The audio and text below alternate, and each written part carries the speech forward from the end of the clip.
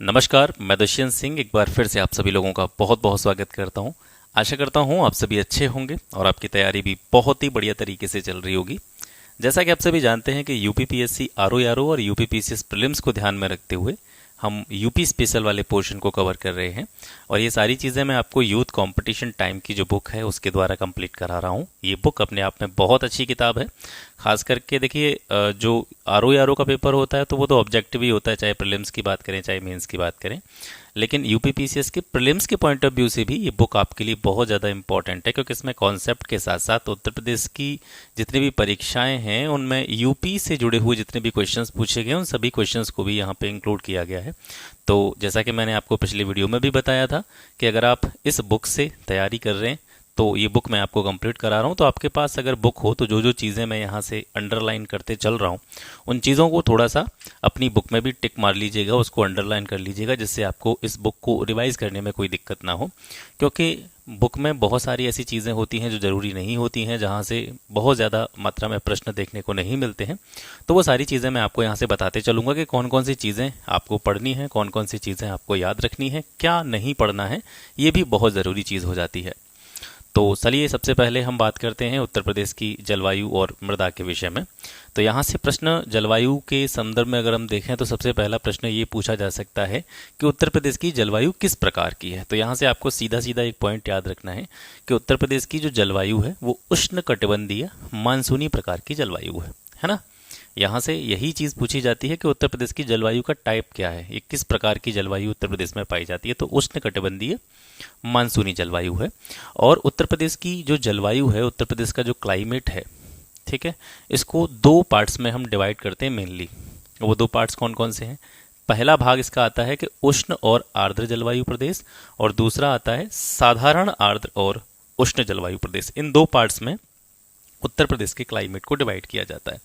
अब इसमें से जो पहला वाला पार्ट है उष्ण और आर्द्र जलवायु प्रदेश, इसको फिर दोबारा से दो अलग अलग भागों में बांटा जाता है।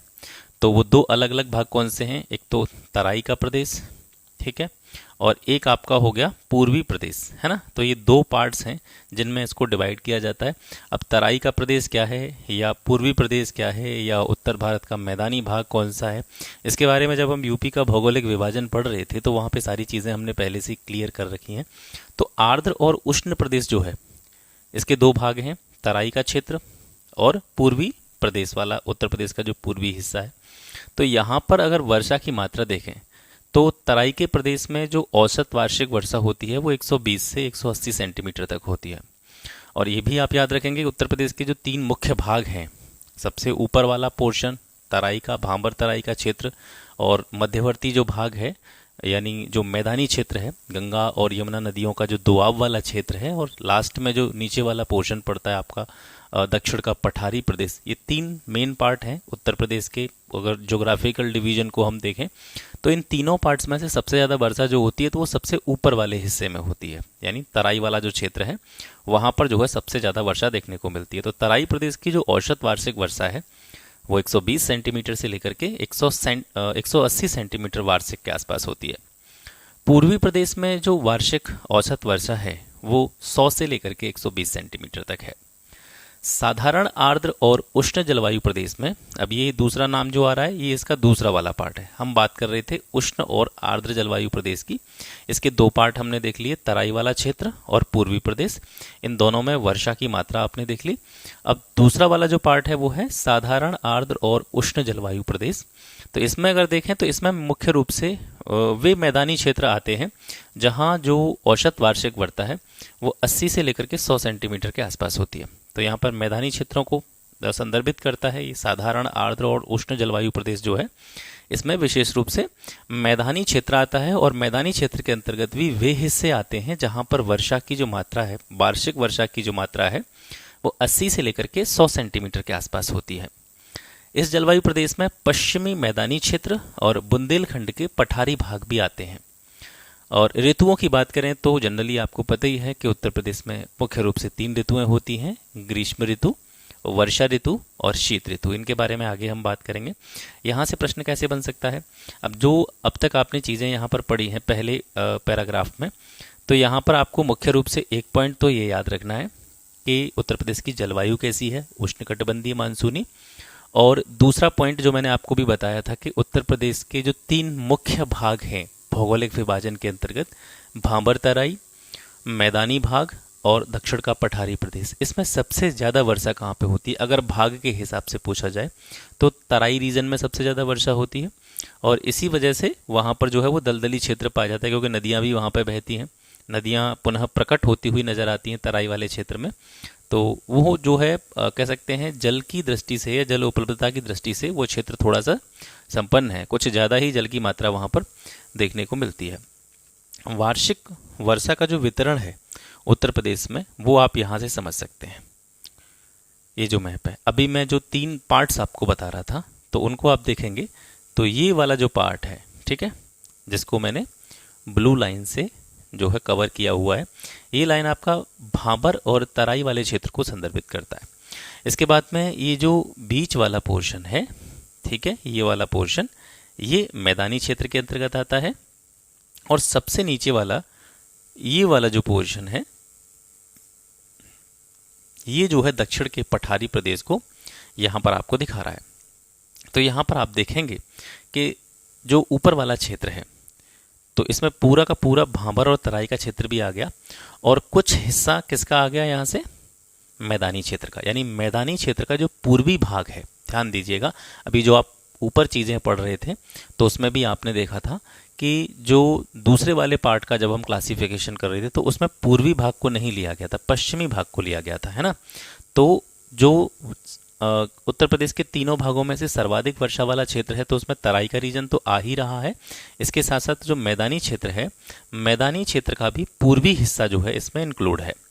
तो ये जो पूरा क्षेत्र है, तराई का क्षेत्र और मैदानी भाग का जो पूर्वी हिस्सा है, इसमें सबसे ज़्यादा वर्षा देखने को मिलती है। मतलब तीनों जो पार्ट्स हैं उत्तर प्रदेश के, उन तीनों की अगर तुलनात्मक दृष्टि से देखें तो सबसे ज़्यादा वर्षा तराई और भाबर वाले क्षेत्र में, इसके साथ साथ मैदानी क्षेत्र के पूर्वी भाग में देखने को मिलती है। यहाँ मध्यम प्रकार की वर्षा होती है। अब इससे कम वर्षा जो होती है वो कहाँ पे होती है? मैदानी क्षेत्र में, ठीक है। मैदानी क्षेत्र में भी मैदानी क्षेत्र का जो मध्यम भाग है वह, और इसके साथ साथ मैदानी क्षेत्र का जो पश्चिमी हिस्सा है, इन दोनों हिस्सों में जो वर्षा की मात्रा है वो निम्न वर्षा होती है ना। और सबसे कम वर्षा जो होती है वो दक्षिण के पठारी प्रदेश की तरफ देखने को मिलती है, ठीक है। दक्षिण का जो पठारी प्रदेश है, नीचे वाला भाग जो आप देख पा रहे हैं, इसमें सबसे कम वर्षा होती है। और कल आपने जो सीमावर्ती जिले पढ़े थे उत्तर प्रदेश के, और वे किस किस स्टेट के साथ में बाउंड्री शेयर करते हैं, ये सारी चीज़ें पढ़ी थी। तो आपने देखा होगा कि दक्षिण का जो पठारी प्रदेश है, इसमें ये जो कॉर्नर है यहाँ पर आप देख रहे होंगे, ये वाला जो कॉर्नर है, ये आगरा इस जगह पर है, इसी के पास में यहाँ पे क्या है? मथुरा है। तो ये दोनों क्षेत्र अगर आप यहाँ से देखेंगे तो आपको ये आइडिया लग रहा होगा कि ये जो नीचे वाला क्षेत्र है ये अति अल्प वर्षा वाला क्षेत्र है, यहाँ पर बहुत कम वर्षा होती है।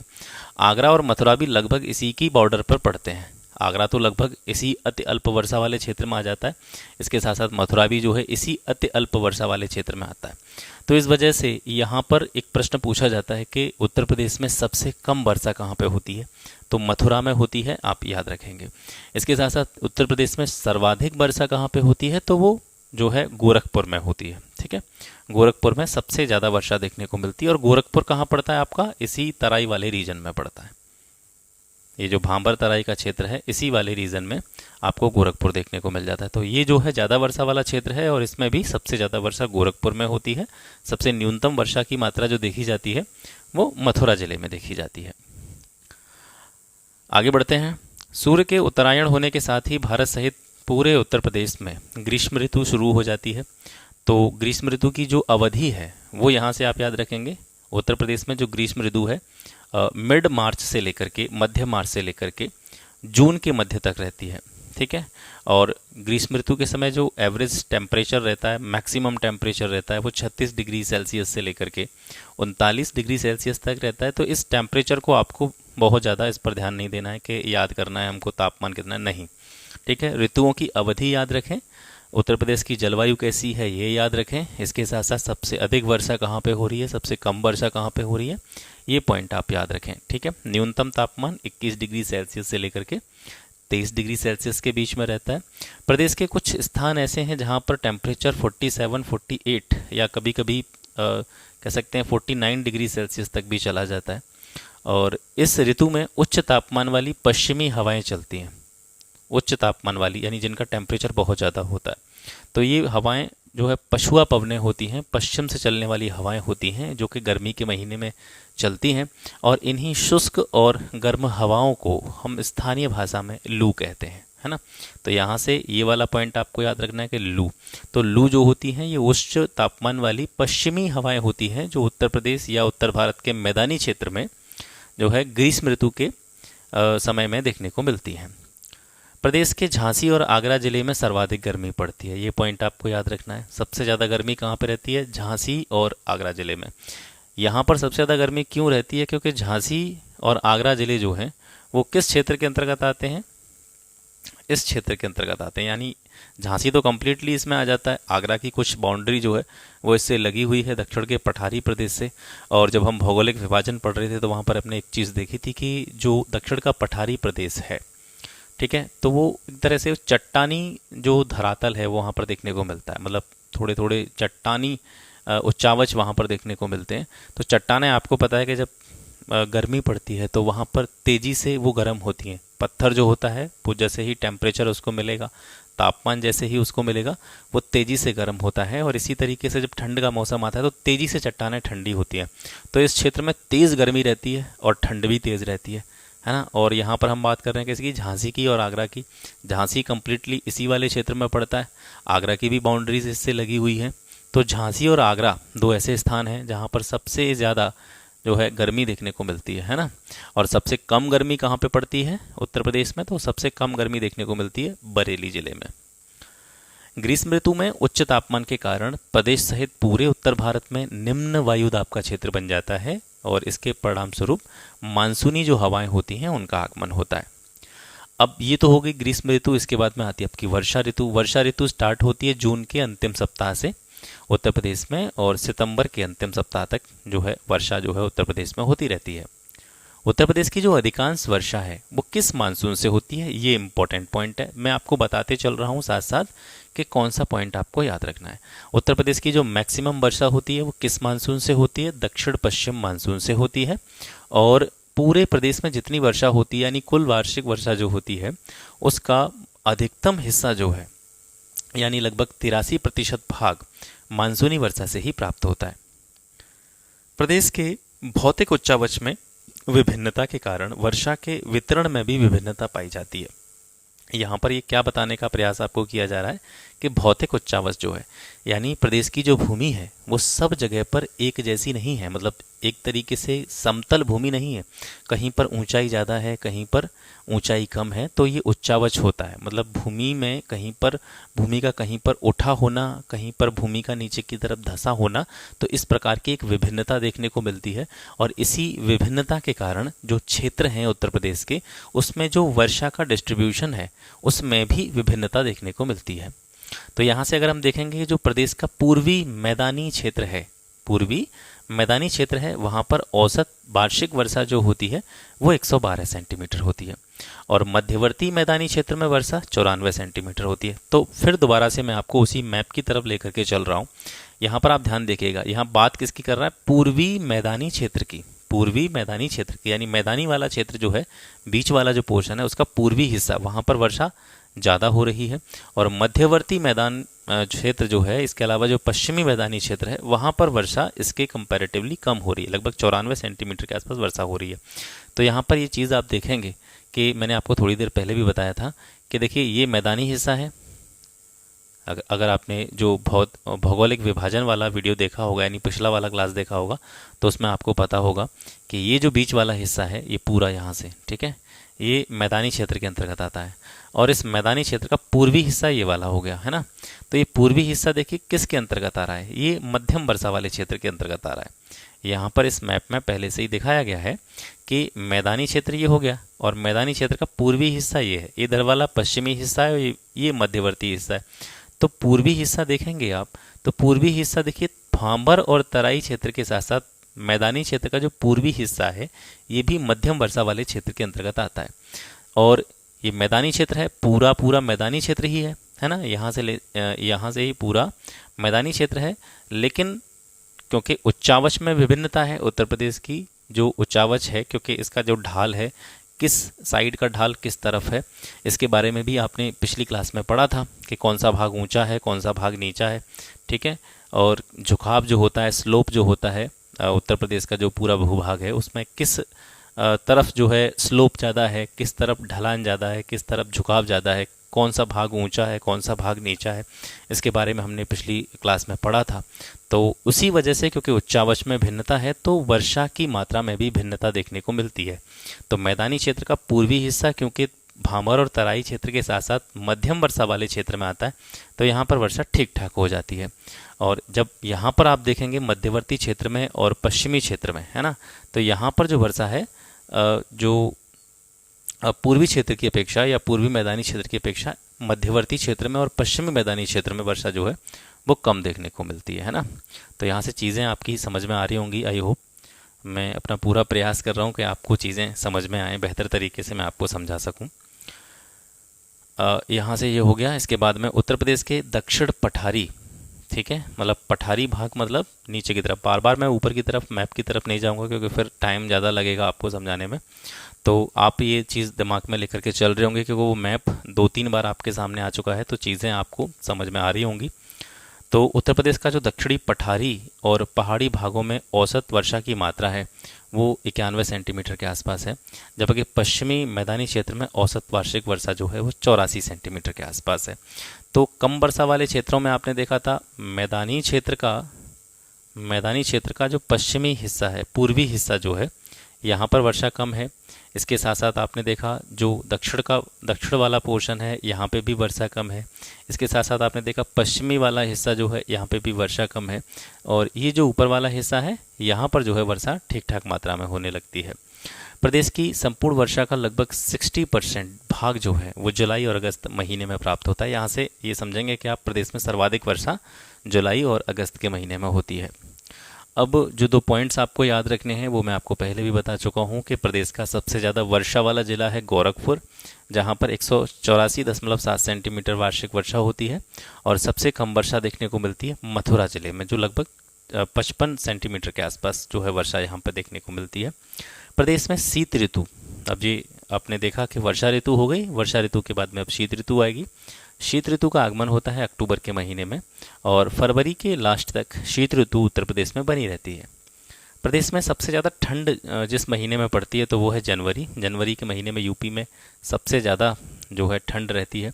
शीत ऋतु में तापमान की दिशा दक्षिण से उत्तर की ओर और दक्षिण में अधिक, उत्तर में कम, इस तरीके से देखने को मिलती है। मतलब दक्षिण से जब उत्तर की तरफ जाएंगे तो जो तापमान है वो कह सकते हैं तापमान वह धीरे धीरे कम होता चला जाता है। यानी दक्षिण में जो टेम्परेचर है, यानी ठंड जो है ना, वो कैसी रहती है, ज़्यादा रहती है। शीत ऋतु में तापमान की दिशा जो है दक्षिण से उत्तर की ओर कैसी हो जाती है, घटती चली जाती है। दक्षिण में ज़्यादा होती है, उत्तर में कम होती है। इसका कारण भी मैंने आपको थोड़ी देर पहले बताया था। दक्षिण वाला जो भाग है वो चट्टानी भाग है ना, एक तरह से वहाँ पर चट्टानें देखने को मिलती हैं।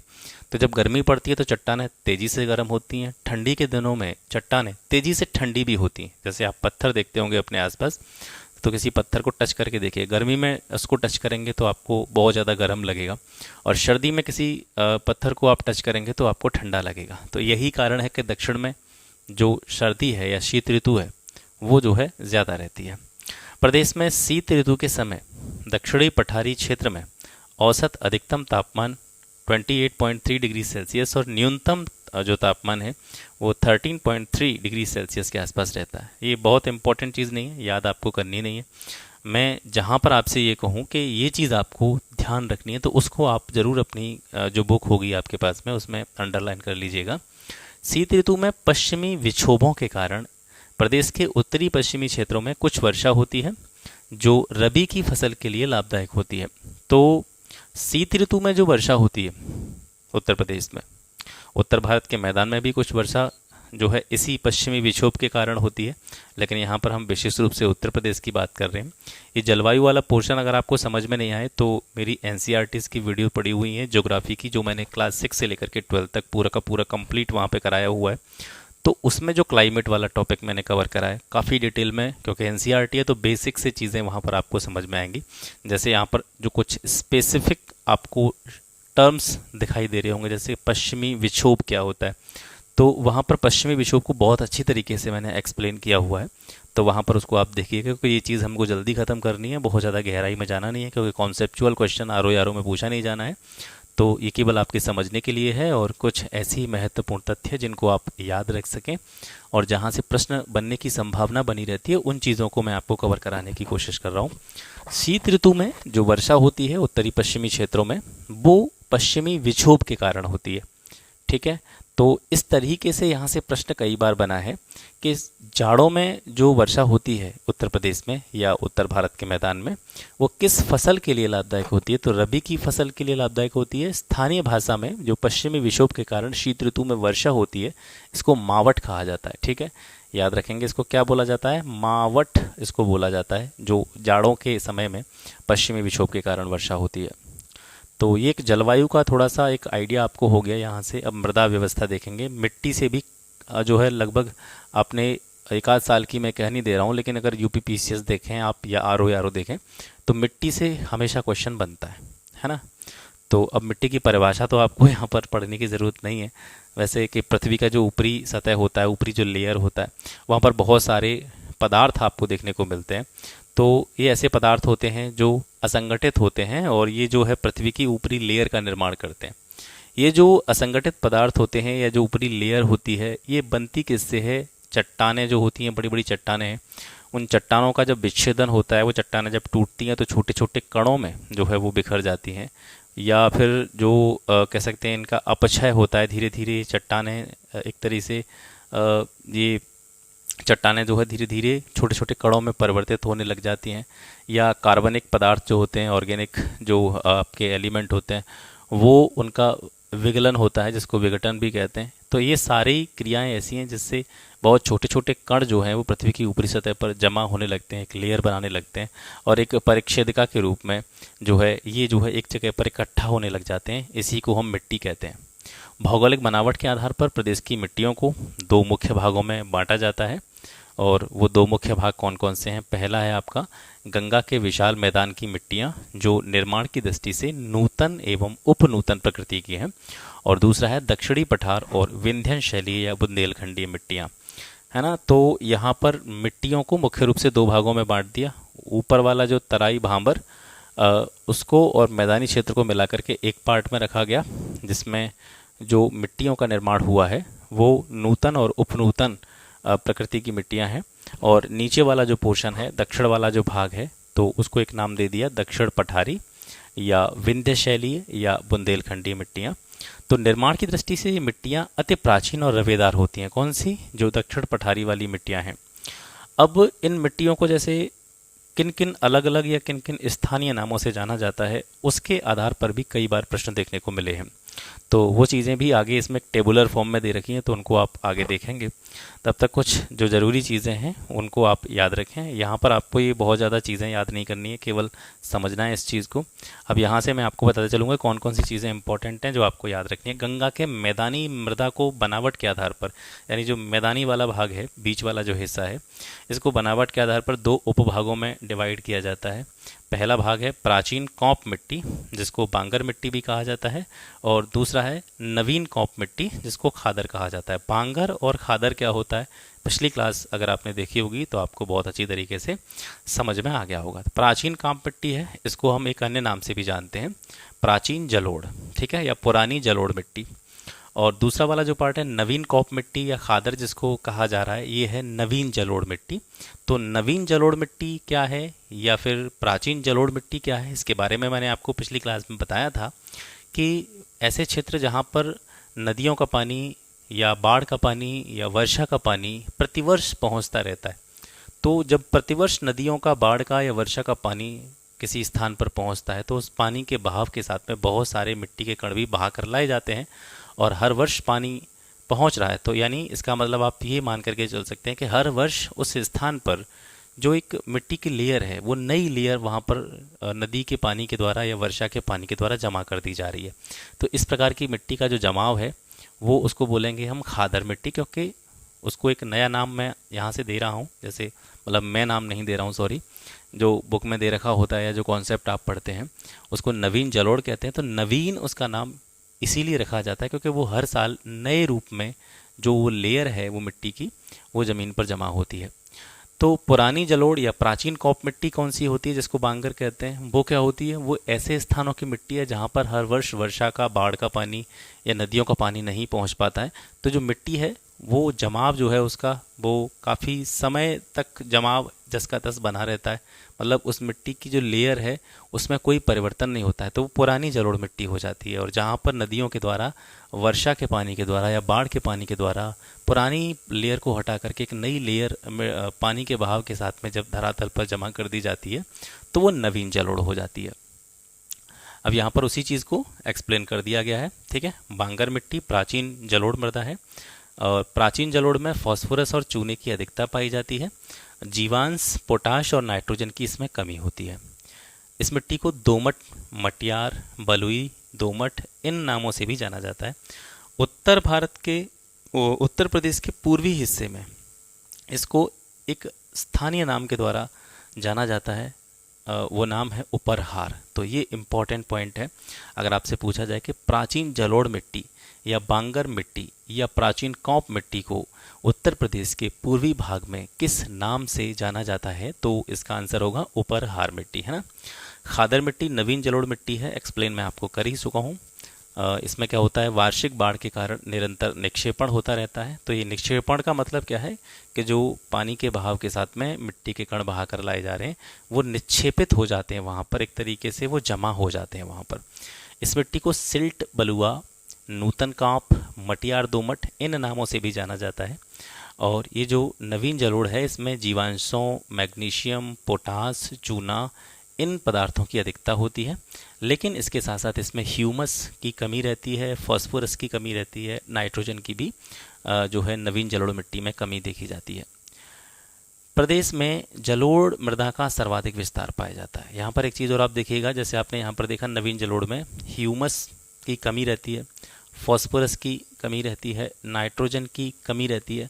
तो इसी वजह से इन स्थानों पर जब खेती की जाती है तो वहाँ पर फसलों के लिए इन्हीं तत्वों की पूर्ति करने के लिए यूरिया का इस्तेमाल किया जाता है उर्वरक के रूप में, फर्टिलाइजर्स के रूप में। और आपको पता है यूरिया में नाइट्रोजन, फास्फोरस और पोटेशियम यानी NPK उर्वरक उसको कहा जाता है। तो फास्फोरस और नाइट्रोजन की इसी कमी को दूर करने के लिए जब खेती की जाती है नवीन जलोढ़ पर, तो इसी कमी को दूर करने के लिए वहाँ पर यूरिया जो है खेतों में दिया जाता है। प्रदेश में जलोढ़ मृदा का सबसे ज़्यादा विस्तार पाया जाता है। ये इंपॉर्टेंट लाइन है, याद रखेंगे। सबसे ज़्यादा विस्तार किस प्रकार की मिट्टी का पाया जाता है उत्तर प्रदेश में? जलोढ़ मिट्टी का। प्रदेश में पाई जाने वाली बलुई और बलुई दोमट मिट्टी का स्थानीय नाम है सिकटा, करियाल या धनका। तो ये सिकटा, करियाल, धनका किसका नाम है? बलुई और बलुई दोमट मिट्टी का। हल्की दोमट जो होती है उसको भूड़ कहते हैं, और ये जो होती है मिश्रित बलुई मिट्टी होती है, ठीक है। दोमट और जो मिश्रित बलुई मिट्टी होती है इसको स्थानीय भाषा में भूड़ कहा जाता है। और इस भूड़ का निर्माण किससे हुआ है? गंगा, यमुना और उसकी सहायक नदियों के बाढ़ वाले क्षेत्रों में प्लीस्टोसीन युग में 10-12 फीट ऊंचे टीले जो है वो जमा कर दिए गए हैं, बना दिए गए, उनसे जो है भूड़ मिट्टी का निर्माण हुआ है। बांगर और खादर मिट्टी के अतिरिक्त बनावट के आधार पर उत्तरी मैदान की मिट्टियों को अन्य उपभागों में भी वर्गीकृत किया गया है, जैसे लवणीय मृदा, क्षारीय मृदा, मरुस्थलीय मृदा। लवणी और क्षारीय मृदाओं का निर्माण किसके कारण होता है? जब अत्यधिक सिंचाई कर दी जाती है, मतलब जितनी आवश्यकता है भूमि को, जितनी उसको ज़रूरत है फसल को, उससे ज़्यादा मात्रा में जब सिंचाई की जाती है खेतों की, या इसके साथ साथ जो फर्टिलाइजर्स होते हैं, रासायनिक खाद जो होती है, यूरिया वगैरह जो होता है, इसका अत्यधिक मात्रा में, आवश्यकता से अधिक मात्रा में जब इनका प्रयोग होता है या लंबे समय तक इन उर्वरकों का प्रयोग होता है, तो इनकी वजह से जो मृदा की प्रकृति है वो लवणीय और क्षारीय हो जाती है। प्रदेश की जो ऊसर भूमि है उसको किन अन्य नामों से जाना जाता है? ऐसे भी प्रश्न कई बार पूछा गया है, तो ये पॉइंट भी आपको याद रखना है। ऊसर भूमि को रेह कहा जाता है या कल्लर उसको कह सकते हैं, या बंजर उसको कह सकते हैं। तो ये सारे नाम रेह, कल्लर, बंजर, ये सारे नाम जो है ऊसर भूमि के हैं। रेह युक्त क्षारीय ऊसर मृदा का प्रदेश में सबसे ज़्यादा विस्तार है। अब यहाँ से देखिए, मरुस्थलीय मृदा जो होती है प्रदेश के पश्चिमी भागों में भी पाई जाती है। पश्चिमी भागों में विशेष रूप से मथुरा, आगरा, अलीगढ़, मतलब एक तरह से अगर आप देखें तो दक्षिण के पठारी प्रदेश से सटे हुए जो क्षेत्र हैं, ठीक है, तो वहाँ पर अलीगढ़ को अगर छोड़ दिया जाए तो मथुरा, आगरा लगभग दक्षिण के पठारी प्रदेश के पास वाले क्षेत्र हैं। तो यहाँ पर मरुस्थलीय मृदा जो है वो पाई जाती है, ठीक है। और इस मरुस्थलीय मृदा का निर्माण जो हुआ है वो मृदा के अपरदन के कारण हुआ है। बुंदेलखंड की मृदा जो है प्रदेश के दक्षिणी पठारी भागों में पाई जाती है। इस प्रदेश के इस दक्षिणी पठारी भाग में पाई जाने वाली जो मिट्टी है उसको अलग अलग नामों से जाना जाता है, जैसे काली मिट्टी, है ना, काली मिट्टी, इसको कपास मिट्टी के नाम से जाना जाता है, कपासी मिट्टी भी इसको कह देते हैं, रेगुर मिट्टी भी इसको कह देते हैं। तो ये एक ही चीज़ के नाम है, काली मिट्टी, कपासी मिट्टी या रेगुड़ मिट्टी, इसको याद रखेंगे। ये विशेष रूप से बुंदेलखंडीय मृदा के रूप में इसको देखा जाता है। प्रदेश के दक्षिणी पठारी भागों में ये प्रमुख रूप से पाई जाती है। और अगर आपसे पूछा जाए कि इस मिट्टी का जो सबसे ज़्यादा विस्तार है वो कहाँ पे है, तो झांसी, ललितपुर और हमीरपुर जिलों में है। लाल मिट्टी जो है उत्तर प्रदेश के मिर्ज़ापुर, सोनभद्र जिलों में पाई जाती है। लाल मिट्टी का निर्माण बालूमय लाल शैलों के अपक्षयन से हुआ है। मतलब जो बालू की शैलें होती हैं, चट्टानें होती हैं, बालुका की, जैसे बालू की जो चट्टानें होती हैं, खास करके जिनका कलर रेड टाइप का होता है, तो उन्हीं बालू की लाल चट्टानों के अपक्षयन के कारण धीरे धीरे वो चट्टानें नष्ट होती गईं और कणों के रूप में परिवर्तित हो गईं और उसी से लाल मिट्टी का निर्माण हुआ। इसमें जीवाश्म, चूना, फास्फोरस और नाइट्रोजन की कमी पाई जाती है। लाल मिट्टी में अगर आपसे पूछा जाए कौन सी फसलें ठीक तरीके से उगाई जा सकती हैं, तो लाल मिट्टी में गेहूँ को उगाया जा सकता है, चना को उगाया जा सकता है, दालों को उगाया जा सकता है।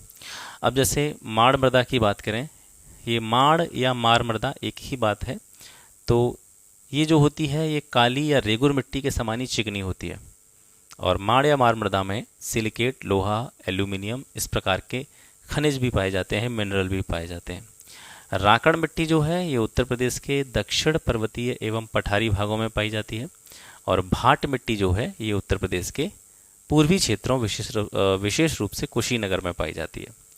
पड़वा मिट्टी जो है ये कहाँ पाई जाती है, तो ये है हमीरपुर, जालौन और यमुना नदी के जो ऊपरी ज़िले हैं उनमें पड़वा मिट्टी का प्रसार देखने को मिलता है।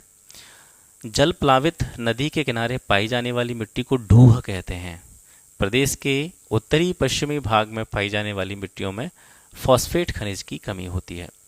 तो जो चीज़ें मैंने अंडरलाइन कर रखी हैं उन चीज़ों पर आपको ध्यान देना है, बाकी अलग से आपको दिमाग लगाने की आवश्यकता यहाँ पर नहीं पड़ेगी।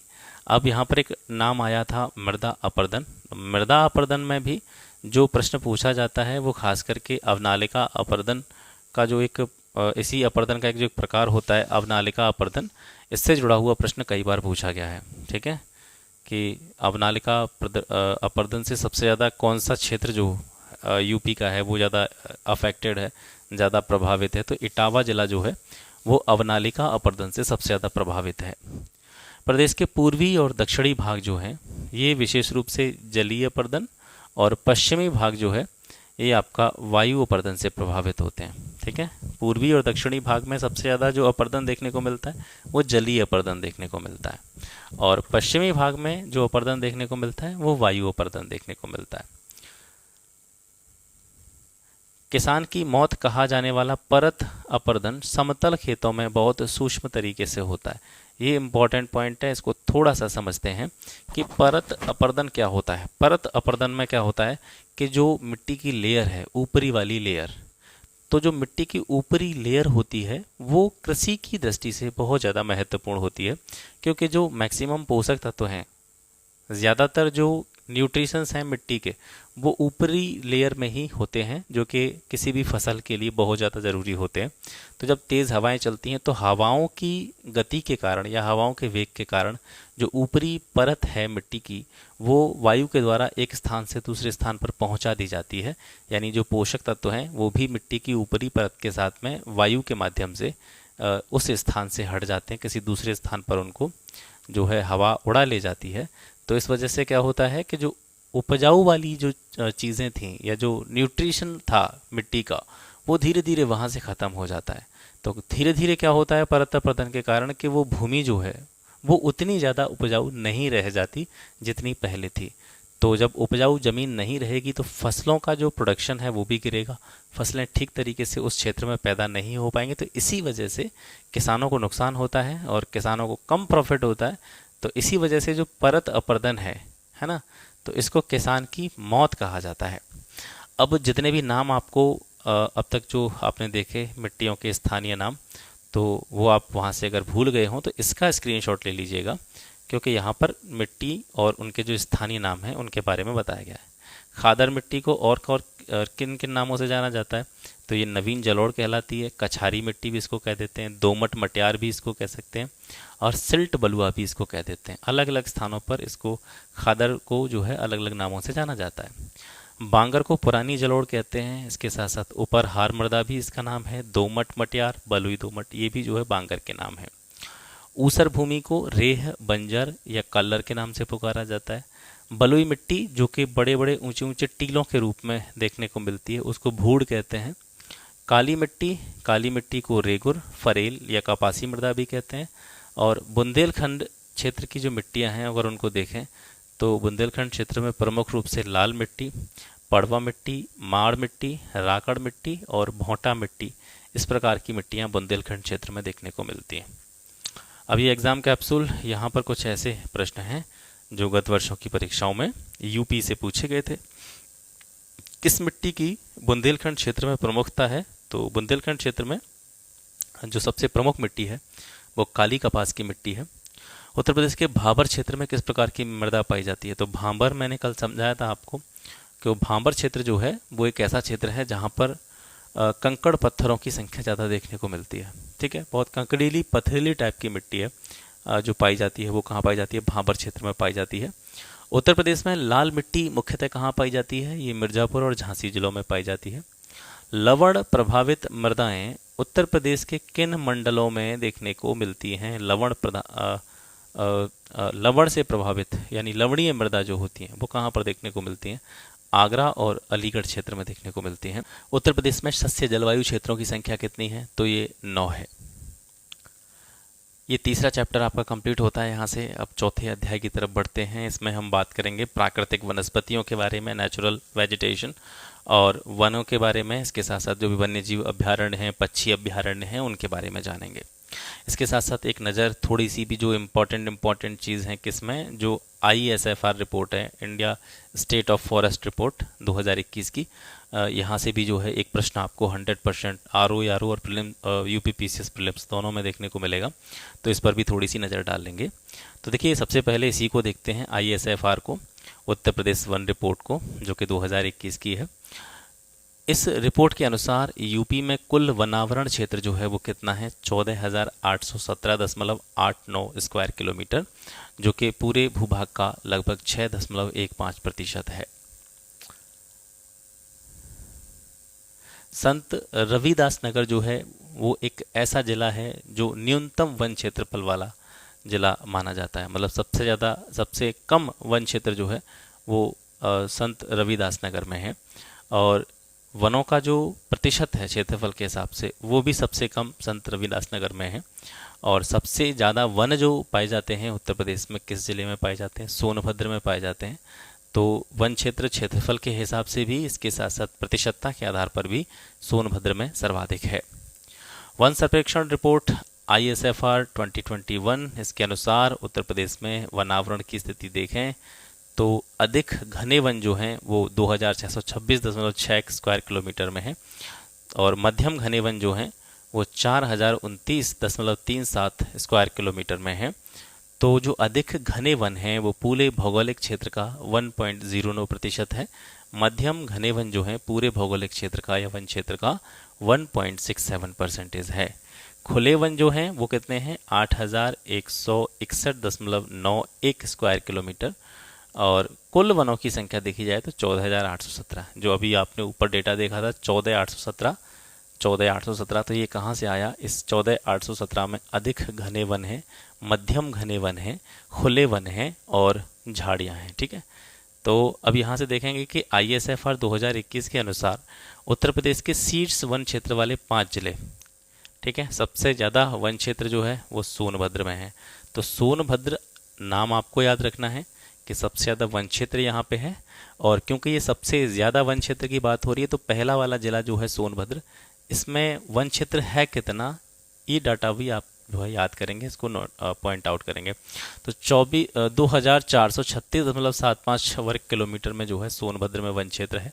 इसके बाद में दूसरा सर्वाधिक वन क्षेत्र वाला जो जिला आता है आपका लखीमपुर खीरी आता है, तीसरा आता है आपका मिर्ज़ापुर, चौथा आता है पीलीभीत और पांचवा आता है आपका चित्रकूट। सबसे कम वन क्षेत्र वाले जिले कौन से हैं? तो सबसे कम वन क्षेत्र जो देखने को मिलता है वो है आपका भदोही में 3.71 स्क्वायर किलोमीटर। इसके बाद में दूसरा है आपका मैनपुरी, है ना, तो यहाँ पे भी 3.71 स्क्वायर किलोमीटर है। और मऊ जिला जो है यहाँ पर आपको 11 वर्ग किलोमीटर जो है वन क्षेत्र देखने को मिलता है। कुल भौगोलिक क्षेत्र के प्रतिशत के संदर्भ में वनावरण के मामले में शीर्ष जिले, ऊपर वाला जो हम बात कर रहे थे सबसे अधिक वन क्षेत्र या सबसे कम वन क्षेत्र, तो उसमें हम बात कर रहे थे क्षेत्रफल के आधार पर, लेकिन यहाँ पर कुल भौगोलिक क्षेत्र के प्रतिशत के आधार पर वनावरण के मामले में जो शीर्ष जिला है वो सोनभद्र है। कुल भौगोलिक भूभाग जो है उत्तर प्रदेश का, उसके लगभग उस हिसाब से देखा जाए तो उस पर पूरे भूभाग पर जितने भी वन हैं उन वनों का 35.29% अकेले सोनभद्र में मिलता है। 21% के आसपास जो वन है चंदौली में देखने को मिलते हैं। फिर 19.64% ये आपका चित्रकूट में है, पीलीभीत में लगभग 18.60% और श्रावस्ती में 17.40%।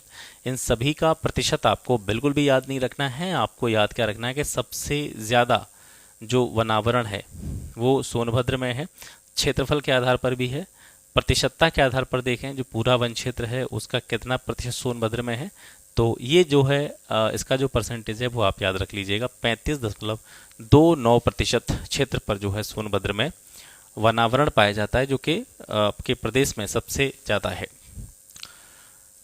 आगे देखते हैं, सबसे कम वन प्रतिशत वाले जिलों में देखेंगे तो सबसे कम वन प्रतिशत भदोही में देखने को मिलता है, और इसके बाद में आपका मैनपुरी में देखने को मिलता है, और फिर इसके बाद में देवरिया का स्थान आता है।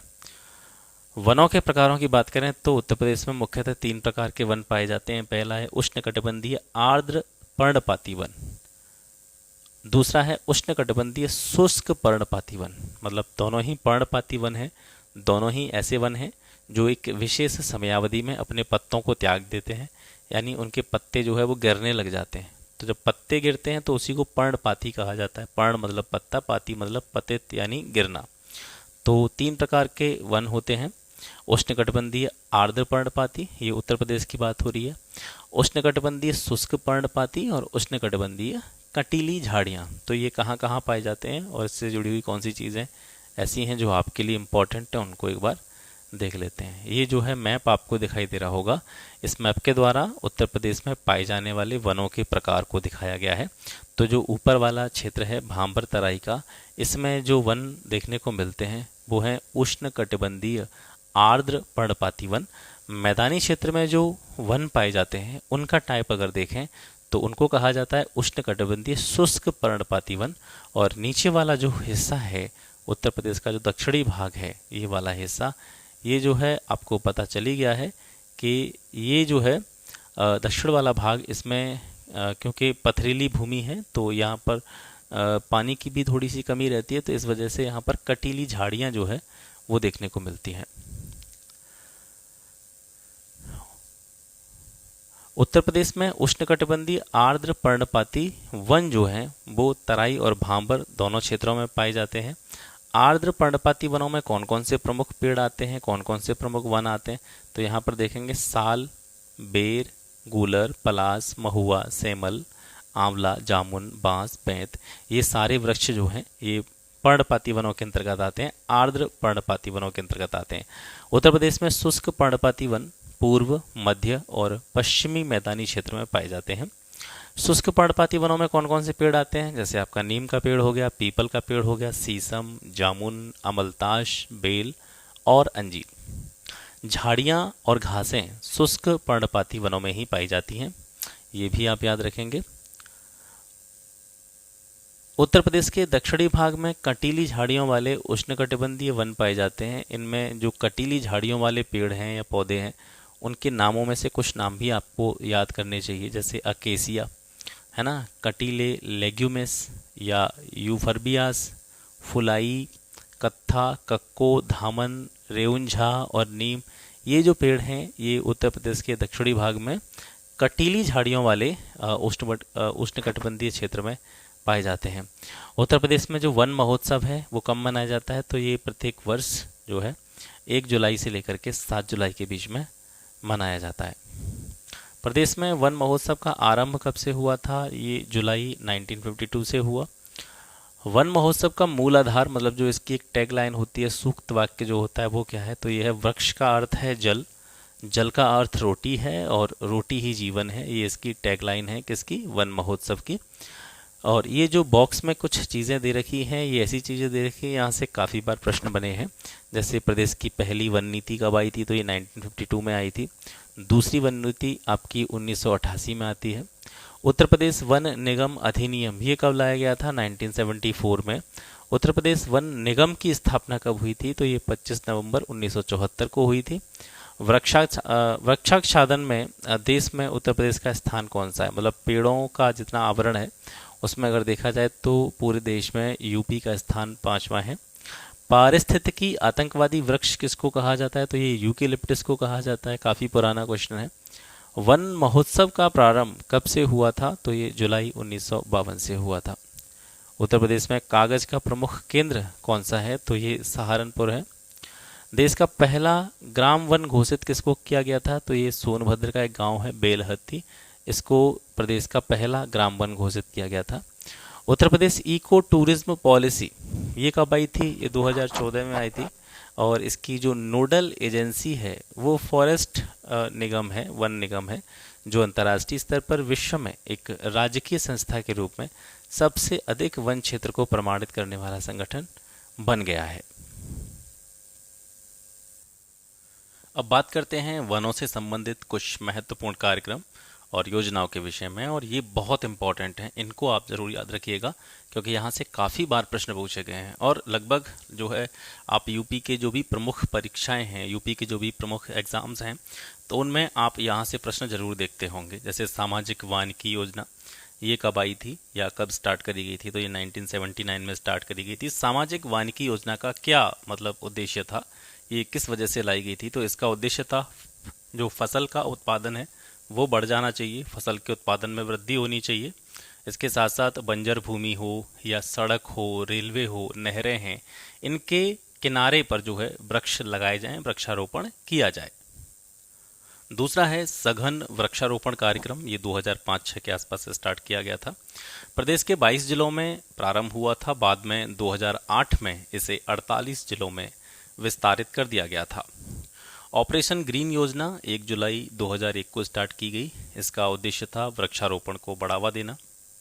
सहभागी वन प्रबंधन एवं निर्धनता उन्मूलन परियोजना ये 2008-09 में स्टार्ट की गई थी, और यहाँ पर तराई, विंध्य एवं बुंदेलखंड के जो 14 जिले थे उसमें एक वन संरक्षण परियोजना के रूप में इसकी शुरुआत की गई थी।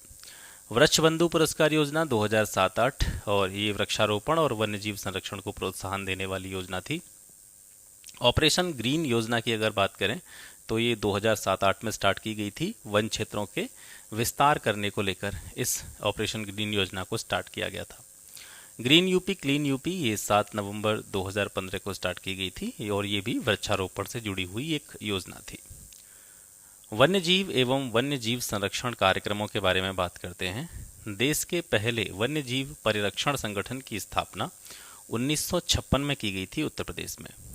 इस संगठन का उद्देश्य था प्रदेश में जैव विविधता, जीव और उनके प्राकृतिक वास स्थल जो हैं उनको प्रोटेक्ट करना, संरक्षित करना। प्रदेश में वर्तमान में 11 वन्यजीव विहार हैं, 14 पक्षी विहार हैं और एक राष्ट्रीय उद्यान है। एकमात्र राष्ट्रीय उद्यान जो है उत्तर प्रदेश का वो दुधवा राष्ट्रीय उद्यान है।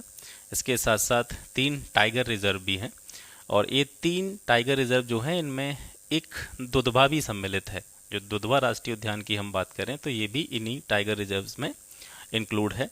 प्रदेश का सबसे पुराना पक्षी विहार जो है वो नवाबगंज पक्षी विहार है। 1984 में इसकी स्थापना हुई।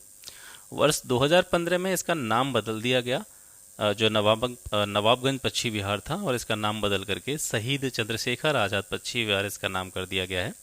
उत्तर प्रदेश का सबसे बड़ा पक्षी विहार है लाख बहोसी पक्षी विहार, ठीक है। और सबसे छोटा पक्षी विहार जो है वो है सेखा झील, जो कि कहाँ पे है, अलीगढ़ में है।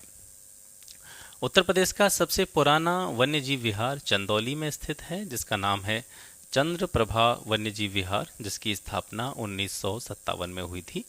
प्रदेश का सबसे बड़ा वन्यजीव विहार है हस्तिनापुर वन्यजीव विहार, जिसका क्षेत्रफल 2073 स्क्वायर किलोमीटर है। और सबसे छोटा वन्यजीव विहार जो है वो है आपका महावीर स्वामी वन्यजीव विहार। ये आप पहले पढ़ चुके हैं कि प्रदेश का जो एकमात्र राष्ट्रीय उद्यान है, नेशनल पार्क जो है, वो दुधवा राष्ट्रीय उद्यान है। 490 स्क्वायर किलोमीटर में ये फैला हुआ है, और ये कहाँ पे है, उत्तर प्रदेश के लखीमपुर खीरी जिले में। 1977 में इसको नेशनल पार्क का दर्जा मिला था, राष्ट्रीय पार्क का दर्जा मिला था। और 1987-88 में इसको बाघ परियोजना में भी शामिल कर लिया गया था। इसके बाद में किशनपुर वन्यजीव विहार हो गया, या कतरनिया घाट वन्यजीव विहार की बात करें, इन दोनों को शामिल करके दुधवा टाइगर रिजर्व का नाम दिया गया। मतलब जो दुधवा टाइगर रिजर्व का नाम आप अलग से पढ़ते हैं, दरअसल उसमें कौन कौन से जो विहार हैं वो सम्मिलित हैं, किशनपुर वन्यजीव विहार, कतरनिया घाट वन्यजीव विहार, और इसके साथ साथ आपका दुधवा जो राष्ट्रीय उद्यान था। इन तीनों को मिलाकर के दुधवा टाइगर रिजर्व बनाया गया था। इस बाघ अभ्यारण्य का विस्तार अब लखीमपुर खीरी के साथ साथ बहराइच जिले में भी है। पीलीभीत वन्यजीव विहार को प्रदेश सरकार के द्वारा 9 जून 2014 को बाघ अभ्यारण्य का दर्जा दिया गया। वर्तमान में प्रदेश में 3 बाघ अभ्यारण्य हैं, एक दुधवा हो गया, एक पीलीभीत हो गया, एक अमनगढ़ जो आपका बाघ अभ्यारण्य है। ये 3 टाइगर रिजर्व हैं उत्तर प्रदेश में। राष्ट्रीय जलजीव गंगा डॉल्फिन उत्तर प्रदेश के प्रयागराज से मिर्जापुर के बीच में जो गंगा नदी है उस क्षेत्र में पाई जाती है गंगा डॉल्फिन, जो कि राष्ट्रीय जलजीव भी है। इसका स्थानीय नाम क्या है, सूस या सुइस, इसको स्थानीय रूप में कहा जाता है लोगों के द्वारा।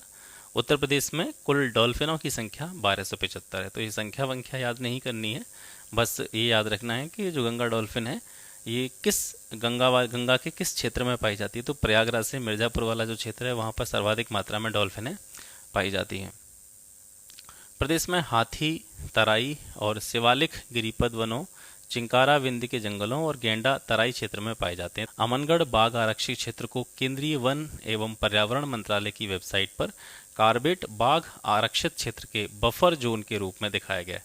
प्रीवियस ईयर क्वेश्चन मैंने कराए थे एनवायरमेंट इकोलॉजी के, उसमें मैंने बताया हुआ है कि जो भी इस प्रकार के आपके जो नेशनल पार्क होते हैं या जो अभ्यारण्य होते हैं उसमें संक्रमण क्षेत्र या बफर जोन क्या होता है ना। तो ये सारी चीज़ें, इसके जितने भी पार्ट होते हैं उन सारे पार्ट्स को मैंने वहाँ पर एक्सप्लेन किया हुआ है।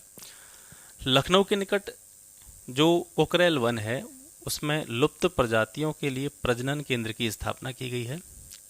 सॉरी, ये याद रखेंगे। मैं थोड़ा नाइट में वीडियो बना रहा हूँ तो आज नींद भी आ रही है, तो हो सकता है आपको थोड़ी सुस्ती सी नज़र आए, है ना। तो टाइम काफ़ी हो रहा है, लगभग 1 बजे का समय है अभी फ़िलहाल। आप देखेंगे यहाँ पर मैं आपको दिखाता हूँ स्क्रीन पर 1:32 का टाइम हो रहा है। तो थोड़ा सा उस वजह से आज सुस्ती सी ज़्यादा, आज नींद नहीं ले पाया पूरी। तो कोई दिक्कत नहीं है, और आशा करता हूँ कि आप उस चीज़ को थोड़ा सा माइंड नहीं करेंगे। मथुरा के वृंदावन में राष्ट्रीय पक्षी मोर के संरक्षण के लिए मयूर संरक्षण केंद्र स्थापित किया गया। तो मयूर संरक्षण केंद्र का नाम आप याद रखेंगे, ये कहाँ है, मथुरा के वृंदावन में। अब वन्यजीव संबंधी प्रमुख कार्यक्रम ये आप देखेंगे। राष्ट्रीय चंबल वन्यजीव विहार योजना, ये जो है उत्तर प्रदेश, मध्य प्रदेश और राजस्थान में संयुक्त रूप से चलती है। उद्देश्य है इसका मगर और जो घड़ियाल होते हैं उनके प्रजनन और उनके संरक्षण से जुड़ी हुई है। घड़ियाल प्रजनन योजना ये कब स्टार्ट करी गई थी, 1975 में स्टार्ट की गई थी। और कहाँ पे, लखनऊ और कतरनिया घाट जो आपका अभ्यारण्य है वहाँ पे, ठीक है। इसका प्रमुख उद्देश्य है घड़ियालों की संख्या बढ़ाना, उनका प्रजनन और उनका संरक्षण करना। नाइट सफारी पार्क ये इटावा में है, और ये बब्बर शेर और लॉयन सफारी जो है प्रजनन केंद्र के रूप में देखा जाता है इसको। उत्तर प्रदेश के पक्षी विहार यहाँ पे आप देखेंगे, तो चाहे आप मैप से देख लीजिए और इनकी लिस्ट भी जो है आगे की इसी क्लास में आपको देखने को मिल जाएगी। तो तो यहाँ पर कुछ प्रमुख हैं और प्रमुख ही दिए रखे हैं इसमें, जो दे रखे हैं आपको। इसमें से आपको विशेष रूप से याद रखना है कि सबसे पहली चीज़ तो ये आ जाती है कि उत्तर प्रदेश में पक्षी विहारों की संख्या कितनी है टोटल, है ना। तो 14 पक्षी विहार हैं उत्तर प्रदेश में। उसमें से आप देखेंगे तो सबसे छोटा पक्षी विहार यहाँ पर गलत दे रखा है, क्योंकि कभी कभी क्या होता है कि सेखा वाला जो पक्षी विहार है ये बाद में इसका निर्माण हुआ है। इससे पहले पटना पक्षी विहार जो था ये सबसे छोटा पक्षी विहार माना जाता था। ये पटना पक्षी विहार एटा जिले में जलेसर के पास पड़ता है। और अभी वैसे देखा जाए तो वर्तमान में सेखा पक्षी विहार जो है वो उत्तर प्रदेश का सबसे छोटा पक्षी विहार है, तो उसका नाम आप याद रखेंगे, है ना। सेखा झील पक्षी वन्यजीव विहार जो है ये अलीगढ़ में है, इसका नाम आपको पता होना चाहिए। और ये पटना पक्षी विहार मैंने आपको बता ही दिया, एटा जिले में है। समान पक्षी विहार ये आपका मैनपुरी में है। लाख बहोसी ये आपका कन्नौज में है ना। और इनको याद करने की ट्रिक भी मैं आपको बता दूंगा, जो मैंने खुद के याद करने के लिए थोड़ा सा कनेक्शन इनके बीच में डेवलप किया था। हरदोई में सांडी पक्षी वन्यजीव विहार है, कई बार पूछा गया है, इंपॉर्टेंट है, याद रखेंगे। इसके अलावा आप यहाँ से देखेंगे तो पार्वती अर्गा पक्षी वन्यजीव विहार ये आपका गोंडा में है। आगरा में और इटावा में संयुक्त रूप से फैला हुआ है आपका सूर सरोवर पक्षी वन्यजीव विहार, मतलब सीमा जो है इसकी लगती है। और यहाँ से आप देखेंगे तो महोबा में विजय सागर पक्षी विहार है। उन्नाव में आपका शहीद चंद्रशेखर आज़ाद पक्षी विहार है, जिसको पहले नवाबगंज पक्षी विहार के नाम से जाना जाता था, इसका नाम चेंज कर दिया गया है। समसपुर पक्षी विहार जो है ये आपका रायबरेली में है। और इसके साथ साथ डॉक्टर भीमराव अंबेडकर पक्षी विहार जो है आपका प्रतापगढ़ में है। अब यहाँ पर इसकी लिस्ट दे रखी है। इस लिस्ट में से सारे डाटा आपको याद नहीं रखने, जो ऊपर मैंने नाम लिए हैं वही नाम आप यहाँ पे देखेंगे, लेकिन यहाँ पर जो याद करने की चीज़ें कौन सी हैं वो मैं आपको बताते चलूँगा। तो सबसे पहले ये बात हो जाती है कि सबसे पुराना पक्षी विहार कौन सा है। सबसे पुराना पक्षी विहार है आपका शहीद चंद्रशेखर आज़ाद पक्षी विहार। ये 1984 में स्थापित हुआ था, उन्नाव जिले में है। और इसका क्षेत्रफल आपको पता होना चाहिए, 2.25 स्क्वायर किलोमीटर है, ठीक है। तो इसको याद कैसे रखेंगे, इसको याद इस तरीके से रखिएगा। देखिए, स्थापना वर्ष और जो क्षेत्रफल है वो सभी का आपको याद नहीं रखना है। केवल अगर आप याद रख सकते हैं तो सबसे पुराने वाले का, सबसे बड़े वाले का और सबसे छोटे वाले का, इनका अगर आप जो जनपद है, स्थापना वर्ष है और इनका जो क्षेत्रफल है उसको याद रख सकें तो बेहतर रहेगा। चंद्रशेखर आज़ाद पक्षी विहार जो है ये उन्नाव में है। तो इसको कैसे रिलेट करेंगे याद करने के लिए कि देखिए, उन्नाव मतलब उन्नति, है ना। तो देश की उन्नति के लिए चंद्रशेखर आज़ाद ने क्या किया था, अपने प्राणों की आहुति दे दी थी। तो इस तरीके से आप याद रख सकते हैं कि चंद्रशेखर आज़ाद ये उन्नाव में है। समसपुर पक्षी विहार, ठीक है, ये कहाँ पे है, रायबरेली में। तो रायबरेली का राय आपको याद रखना है। राय मतलब जो एक कह सकते हैं एक सजेशन होता है लोगों का। राय जो होती है वो कैसी होनी चाहिए, समान होनी चाहिए, तभी किसी काम को बेहतर तरीके से किया जा सकता है। तो समान मतलब समसपुर। तो समसपुर कहाँ पे हो गया आपका, रायबरेली में। लाख बहोसी पक्षी विहार ये आपका कन्नौज में है। कन्नौज आपको पता है इत्र नगरी है और यहाँ पर फूल भी काफ़ी मात्रा में जो है उगाए जाते हैं, क्योंकि इत्र बनाया जाता है। तो कन्नौज में जो इत्र का एक तरीके से प्रोडक्शन होता है उससे लाखों का प्रॉफिट होता है। कन्नौज के जो इत्र बनाया जाता है, इत्र का निर्माण किया जाता है, उससे लाखों का प्रॉफिट होता है। तो इससे आप याद रख पाएंगे कि लाख बहोसी पक्षी विहार ये कहाँ पे है, कन्नौज में है। इसका क्षेत्रफल 80.24 स्क्वायर किलोमीटर है। सभी का क्षेत्रफल आपको याद नहीं रखना है, याद रखिएगा, ठीक है। सांडी पक्षी विहार ये हरदोई में है। इनके केवल जिले याद रखने हैं, क्षेत्रफल बिल्कुल याद मत कीजिएगा। बखीरा पक्षी विहार, तो बखीरा पक्षी विहार ये आपका संत कबीर नगर में है। कबीर के बारे में आपने कहानी सुनी होगी। कबीर की जब मृत्यु हुई थी तो ऐसा माना जाता है कि उनकी जो बॉडी थी वो उस बॉडी को लेकर के हिंदू और मुस्लिमों में डिस्प्यूट हो गया था, विवाद हो गया था। मुस्लिम उसको दफनाना चाहते थे, हिंदू उसको जलाना चाहते थे। तो उनकी बॉडी जो है वो फूलों में चेंज हो गई थी, ऐसा मतलब कहा जाता है।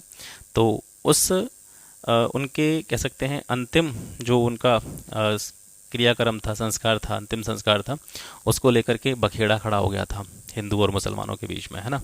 तो बखेड़ा खड़ा हो गया किसको लेकर के, कबीर को लेकर के, तो बखीरा पक्षी विहार संत कबीर नगर याद रखेंगे। ओखला पक्षी विहार गौतम बुद्ध नगर, इसको कैसे याद रखेंगे, देखिए गौतम बुद्ध का जब समय था, मतलब गौतम बुद्ध जिस टाइम पर थे, जीवित थे, तो वो काफ़ी पुराना टाइम है। तो उस टाइम पर जो भी अनाज वगैरह होता था वो, अब इलेक्ट्रॉनिक चक्कियाँ उस टाइम पे नहीं चलती थी, तो अनाज वगैरह किस में कूटा जाता होगा, ओखली में कूटा जाता होगा, है ना। तो ओखला पक्षी विहार कहाँ पे हो गया आपका, गौतम बुद्ध नगर में हो गया। ठीक है, पार्वती अर्गा पक्षी विहार ये गोंडा में है। तो गोंडा को इसको कैसे याद रखेंगे, गोंडा को आप इस तरीके से याद रखेंगे, गो गो, इस गोंडा का जो पहला अक्षर है वो क्या है, गो है, गो का मतलब गाय, है ना। तो पार्वती और शिव का जब नाम आता है तो वहाँ पर गाय और नंदी का भी नाम आता है, तो इस तरीके से आप इसको रिलेट कर पाएंगे। विजय सागर पक्षी विहार ये महोबा में है। पटना पक्षी विहार ये एटा में है। समान पक्षी विहार ये मैनपुरी में है। मैन का मतलब क्या होता है, आदमी होता है, और आदमी आदमी सब कैसे होने चाहिए, समान होने चाहिए, भेदभाव नहीं होना चाहिए। तो समान पक्षी विहार आपका मैनपुरी में हो गया, है ना। सूरदास जो थे, यहाँ पर हम सूर सरोवर पक्षी विहार की बात कर रहे हैं, तो सूरदास जो थे उनको किस तरीके से आप याद कर सकते हैं कि सूरदास कृष्ण भक्ति में जो है लिखा करते थे, कृष्ण भक्ति शाखा के कवि इनको कहा जाता था। तो कृष्ण कहाँ से रिलेटेड थे, मथुरा से, तो मथुरा की बगल में ही आगरा है, इस तरीके से आप इसको याद रख लीजिएगा, सूर सरोवर आगरा में। सुरहाताल पक्षी विहार जो है ये बलिया में है। बलिया का बलि याद रखें, बलि, बलि मतलब जो एक बलि प्रथा होती है, जानवरों की बलि दी जाती है, ठीक है, देवताओं को क्या करने के लिए, खुश करने के लिए, हालांकि गलत है, नहीं दी जानी चाहिए, लेकिन हम यह याद कर रहे हैं। तो बलि जो है देवताओं को खुश करने के लिए दी जाती है। देवताओं को क्या कहा जाता है, सुर, है ना, सुर देवताओं को ही कहते हैं, देवताओं का ही एक सिनोनियम है, पर्यायवाची है। तो सुरहा ताल ये बलिया में है। डॉक्टर भीमराव अंबेडकर पक्षी विहार ये प्रतापगढ़ में है। तो इसको कैसे याद रखेंगे कि भीमराव अंबेडकर जो थे इनका बड़ा प्रताप था अपने टाइम पे, और इनके प्रताप के कारण ही संविधान का निर्माण हुआ, इस तरीके से आप याद रख लीजिए प्रतापगढ़ को। और शेखा झील पक्षी विहार वो अलीगढ़ में है, इसको कैसे याद रखेंगे, देखिए जो शेख लोग जो होते हैं, है ना, शेख लोग जो होते हैं, अरब वगैरह के शेख लोग, वो किसको मानते हैं, अली को मानते हैं, इस्लाम को मानते हैं। तो शेखा झील पक्षी विहार ये स्मॉलेस्ट जो पक्षी विहार है उसमें से आता है, 2016 में इसकी स्थापना हुई थी, और 0.25 स्क्वायर किलोमीटर एरिया में ये फैला हुआ है अलीगढ़ में। तो आई होप कि मैं आपको इन सारी जो नाम हैं इनको याद करवाने में थोड़ा सा आपके लिए हेल्प हुई होगी, तो इनको याद कर लीजिएगा। तो अभी हम बात कर रहे थे पक्षी विहारों के बारे में, अब यहाँ से हम देखेंगे उत्तर प्रदेश के वन्य जीव विहारों को। तो पक्षी विहारों की संख्या मैंने आपको बताई थी 14, वन्य जीव विहारों की कुल संख्या है 11, याद रखेंगे, है ना। तो वन्य जीव विहारों में सबसे बड़ा वन्य जीव विहार कौन सा है, हस्तिनापुर है, ठीक है। हस्तिनापुर सबसे बड़ा कैसे है, आप इस तरीके से इसको याद रख सकते हैं कि सबसे बड़ा महाकाव्य क्या माना जाता है भारत का, ये महाभारत, है ना।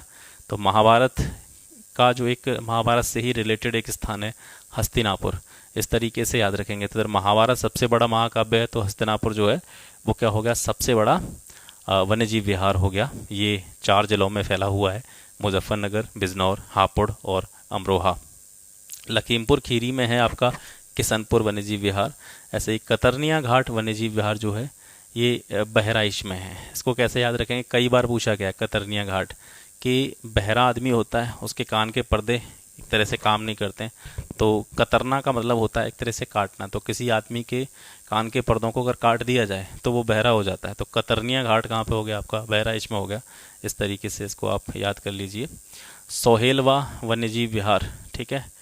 तो सोहेलवा वन्यजीव विहार ये 3 डिस्ट्रिक्ट्स में फैला हुआ है आपका, श्रावस्ती, बलरामपुर, गोंडा।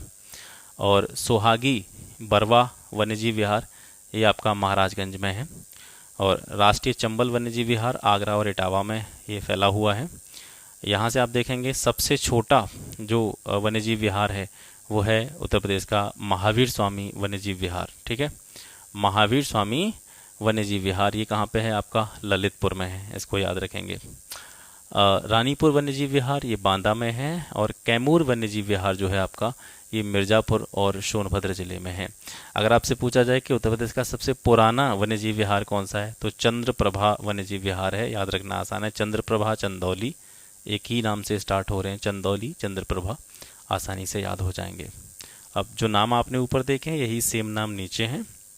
इसमें से अगर आप याद रख पाएँ तो जो सबसे बड़ा, सबसे छोटा और सबसे पुराना जो वन्यजीव विहार है उनकी सन और वे किस जिले में है, इसके साथ साथ क्षेत्रफल, ये अगर आप याद रख पाएँ तो रख लीजिएगा।